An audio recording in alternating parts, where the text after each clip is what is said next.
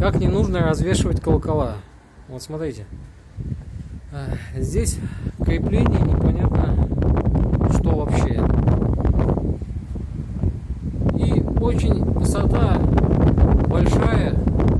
Крепление на крепление, короче, есть. Так нельзя развешивать колокол, потому что колокол раскачивается и за верхний маточник подвешен, не за уши.